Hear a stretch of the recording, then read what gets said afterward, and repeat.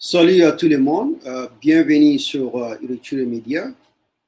Dans cette émission, je vais faire quelque chose qui est un peu différent. Euh, donc, euh, D'habitude, je donne des conseils à mes petits frères et puis je que peut-être ces conseils vont aider d'autres jeunes tchadiens ou africains. Euh, donc, euh, dans cette émission, je vais présenter quelques étapes pour donner quand même les outils nécessaires aux jeunes, euh, comment réussir dans la vie. Donc, sans plus tarder, je vais présenter quelques étapes. Euh, Ça va peut-être aider les jeunes de mieux réfléchir, peut-être d'adopter aussi ces étapes. Donc,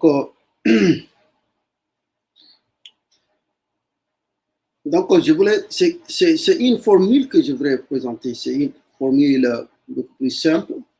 C'est pas difficile, mais c'est pas une formule scientifique, d'accord? C'est une formule beaucoup plus pragmatique et réaliste. L'objectif, c'est se donner aux jeunes les outils nécessaires pour réussir dans la vie. Ces outils nécessaires, donc on va les mettre par étapes, et puis ça va vous aider à quand même naviguer les difficultés de la vie. Donc, la première étape, c'est l'éducation. L'éducation, c'est l'étape fondamentale. Si tu es parent, si tu es quelqu'un qui n'a pas un jeune qui est en train de réfléchir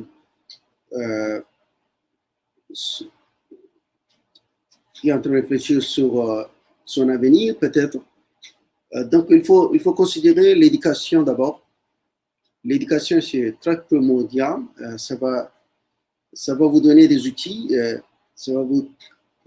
Une bonne éducation doit vous supposons que ça va vous donner des outils nécessaires pour réussir dans la vie.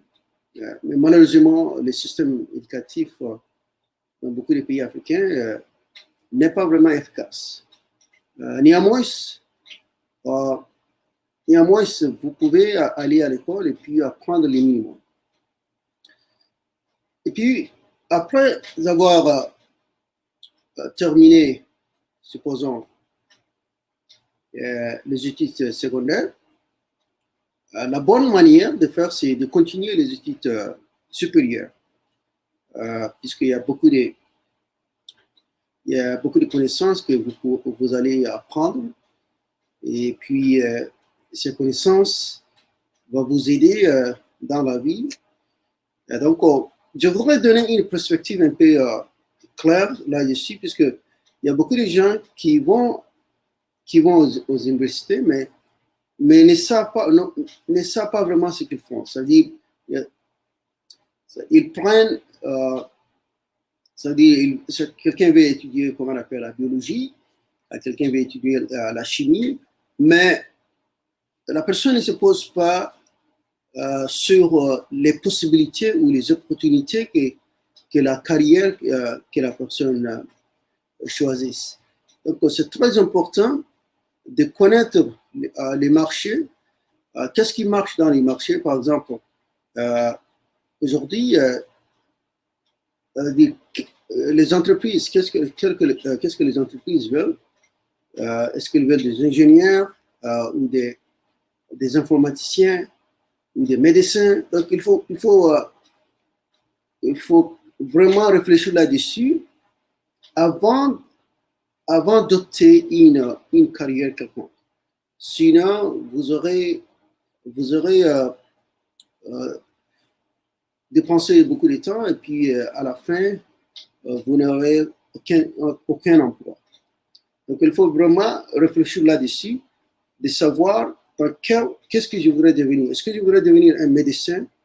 Est-ce que je voudrais devenir un ingénieur, un informaticien, okay, un pharmacien? Donc, il faut considérer les opportunités qui sont là dans les marchés avant d'opter sur un domaine quelconque. Donc, l'étape suivante, c'est l'étape 3, qui va être obtention ou création d'emploi.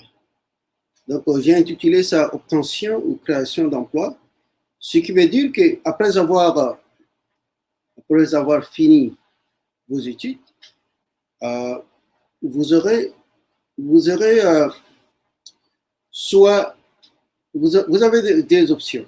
La première option, c'est peut-être attendre un emploi du gouvernement, être intégré dans le gouvernement, peut-être le gouvernement va vous employer quelque part.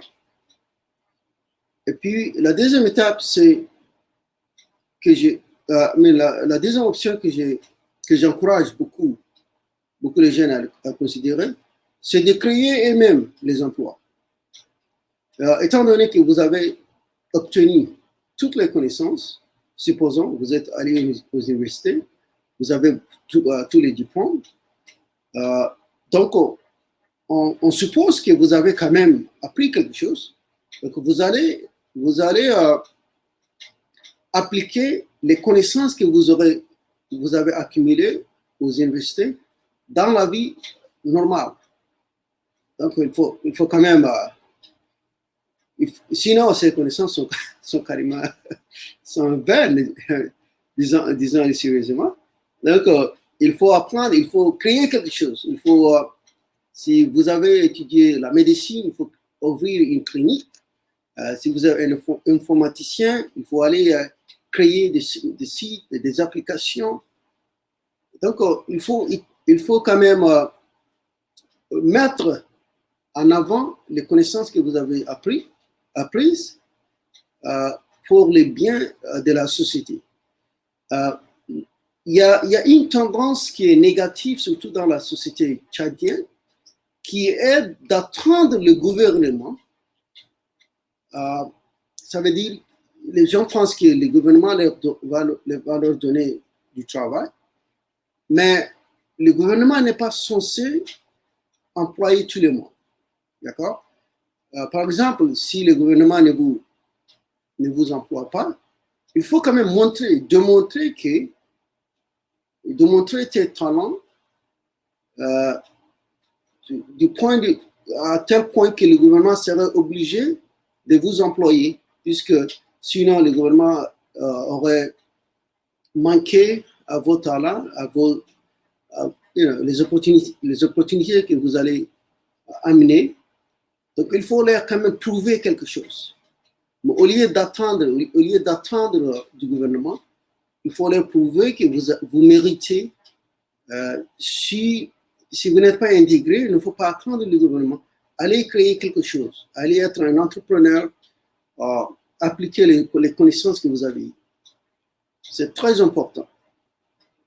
Donc, on va continuer à l'étape suivante, qui est l'étape 4.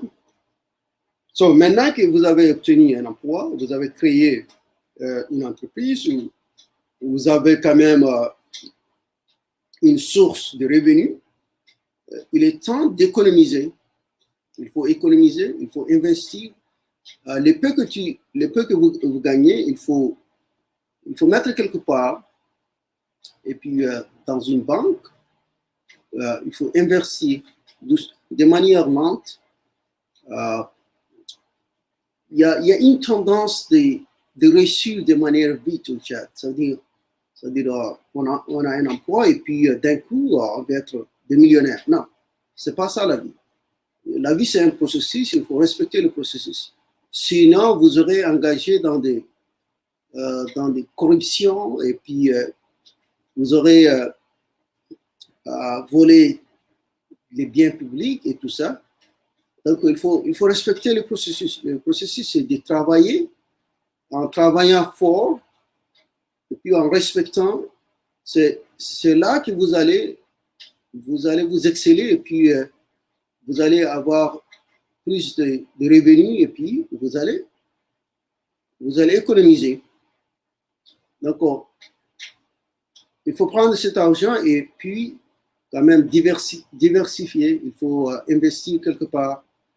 peut-être ouvrir une petite boutique ou ça veut dire il ne faut pas laisser diversifier l'argent que vous avez, peut-être dans les commerces, puisque un salaire un peu maigre ne sera pas suffisant.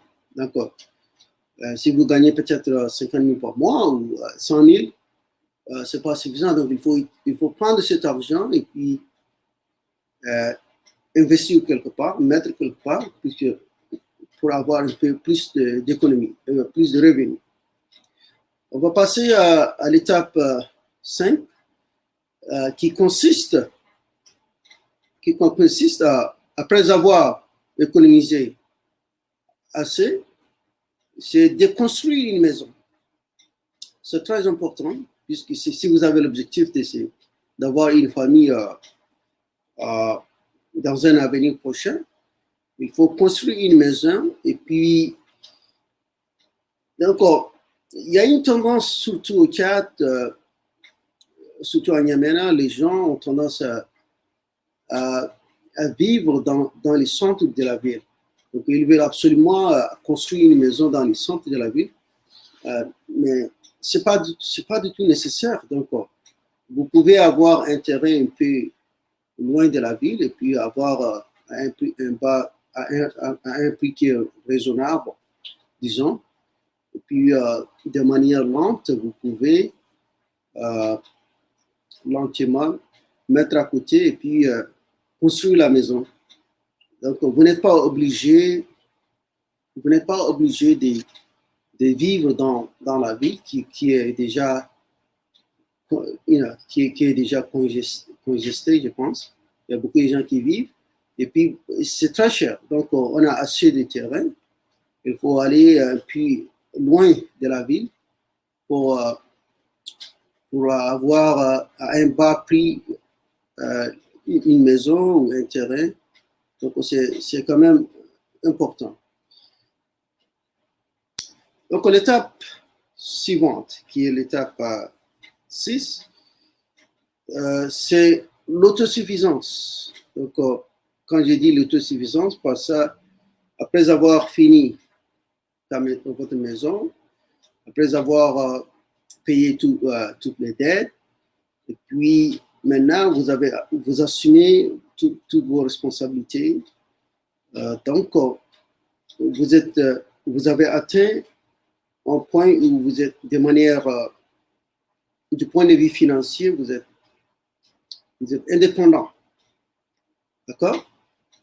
Donc, si vous arrivez à cette étape, là, c'est autosuffisance. Donc, quand vous avez achevé l'autosuffisance, c'est maintenant d'entamer l'étape qui est très important, qui est le mariage. Puisque j'ai eu beaucoup de conversations avec mes petits frères, il y a des gens, il y a des gens qui veulent se marier, mais alors que les jeunes n'ont pas un travail stable, n'a pas une source de revenus, n'a pas une maison. Donc, il y a beaucoup d'étapes qui sont brûlées. D'accord? Donc, le mariage, c'est une étape qui est très importante. Il faut la prendre au sérieux. Puisqu'il s'agit non seulement de toi ou de vous, mais il s'agit d'une responsabilité grandissante. D'accord? Donc, il faut la prendre au sérieux avant de se marier. Donc, je vais expliquer d'une manière courte les conséquences d'un mariage. Donc, dans un mariage, vous allez marier une femme, c'est une grande responsabilité en elle-même. Donc, d'accord? Je ne vais pas aller dans les détails. OK? Donc, vous allez avoir des enfants et puis il faut aussi réfléchir sur l'avenir des enfants. Donc, les mariages aussi sous-entend que vous allez avoir un élargissement familial puisque les parents de la femme et puis surtout, on sait que la tradition veut que les gars prennent en charge tous les parents et puis donc ça demande beaucoup de moyens. Donc ce que je voudrais dire, ça demande beaucoup de moyens. Le mariage c'est très important. Il faut respecter les étapes que j'ai dit. Sinon vous allez entrer dans un cercle vicieux. Vous avez brûlé toutes les étapes et puis vous allez directement au mariage. Mais alors que le mariage c'est une responsabilité très grande. D'accord? Donc, il faut respecter les étapes que je viens d'expliquer. Et puis, ça va quand même faciliter la tâche. D'accord? Sinon, vous aurez des problèmes perpétuels. Donc, il y a une exception dans ce que je voudrais dire. Si vous pensez que l'éducation n'est pas pour vous, si vous pensez que les études supérieures n'est pas pour vous, donc, vous pouvez brûler l'étape 1 et l'étape 2. D'accord? Comme je l'ai dit, ça veut dire dans la vie, pour réussir, la réussite n'est pas linéaire. C'est-à-dire on peut aller de manières différentes.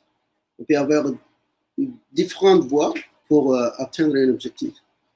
Donc, si vous pensez que les études supérieures et tout ça n'est pas pour vous, donc qu'est-ce que vous allez faire? Donc, vous allez prendre une option qui est simple. Vous allez être un commerçant ou un entrepreneur ou pour créer quelque chose, puisque vous ne pouvez pas quand même rester les bras croisés. D'accord? Je voudrais stresser que si l'étape 1 et 2 ne sont pas pour vous, il faut avoir quand même une option qui est fiable. Une option qui est fiable, qui va te donner l'opportunité de réussir. D'accord? C'est très important. Donc, je viens quand même à mon point dernier. C'est-à-dire, il faut assumer les conséquences de nos actions. D'accord? On est responsable. Quand on fait une action, on est responsable. On doit être à mesure d'assumer ce qu'on a fait.